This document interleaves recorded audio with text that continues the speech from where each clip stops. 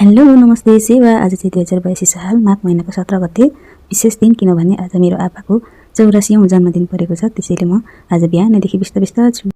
आपालाई ready बनाउँदैछु। टोपी they मेरो चडक्क नखान्टा बेट्न मिल्छ मानेमा। अझै 10 वर्ष 20 वर्ष बाँच्न पाउने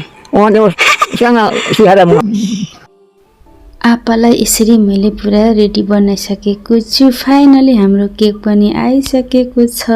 मैले चाहिँ केक मिलाउँदैछु। केक सेकको यसो भिडियो सिडियो बनाइरहेको छु म चाहिँ हैन। साथमा भाउजू कान्छा दाजु आउँदै हुनुहुन्छ अनि हाम्रो आपालाई चाहिँ दुईजना भाउजूहरूले ल्याउँदै हुनुहुन्छ केक काट्नको लागि। आपालाई चाहिँ मैले आज नयाँ बेहुला जस्तै बनाइदिएको चिटिक्क पारेर। केक काट्नुभन्दा अगाडि आपाको शिर उभाउनुको लागि मैले चाहिँ फेटा बाँधिदिँदैछु, तर मलाई बाँध्नु नआएर जात्रा चाहिँ सबले सिकाउँदै हुनुहुन्छ। त्यसरी फेटा बाँधिसकेपछि आपाको हातको आशीर्वाद लिएँ मैले अनि त्यसपछि हामी लाग्यौँ केक काट्ने कार्यक्रमतर्फ।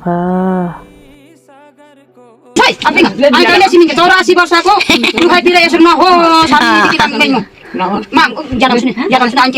बर्थडे भन्ने त्यो ताली पड्का। ह्यापी बर्थडे भन्ने त्यो ताली पड्का।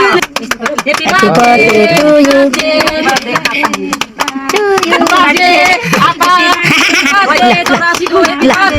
अब पापाले टिकी लगाइदिनु त्यसकै टिकी कान्छी छोरीले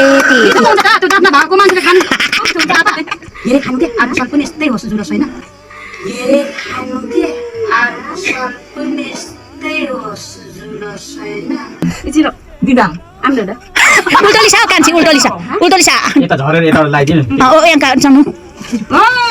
यस्तो मिठो जमाउनु पर्दैन नि त, कोले कोले खाने हो मेरो राम्रो बुवाले। ह्यापी बर्थडे कति मिठो बुवा, कति मिठो। ओहे नाकमा पनि लगाइदिनु।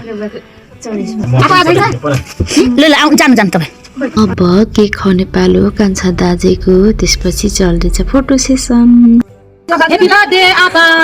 ओ मिठी मिठी मिठी मिठी कति गुयो।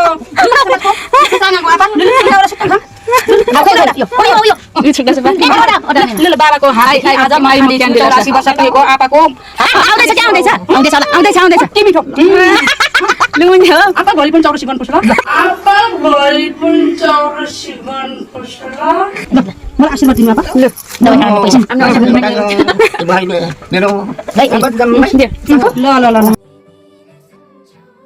यो पैसा चाहिँ पोखरामा रहने ठुलो दाजु भाउजू भादा भदनीको तर्फबाट पठाउनु भएको, त्यही भएर आपालाई दिएँ मैले। र बाँकी रहेको केक खुवाउने खाने उपस्थित सबैजनाले केक बाँड्ने कार्यक्रम यस्तै दिउँसोको कार्यक्रम सम्पन्न भयो र हामी लाग्यौँ बेलुकाको कार्यक्रमको तयारीमा।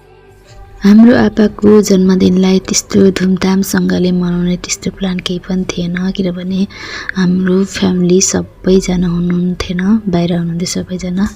हामी 4-5 जना मात्र थियौँ, त्यही भएर नजिकका आफन्त सीमित व्यक्तिहरूले मात्रै बोलाएको थियौँ, त्यो पनि भेटघाटको लागि मात्रै। भाउजू अर्को भाउजू लु को हाम्रो खाना खाइरहेछ। हाम्रो भान्से भाउजू हाई गर्नु त। हाई नक्कली अर्को भाउजू यस्तै छ हुनुहुन्छ हाम्रो आमा।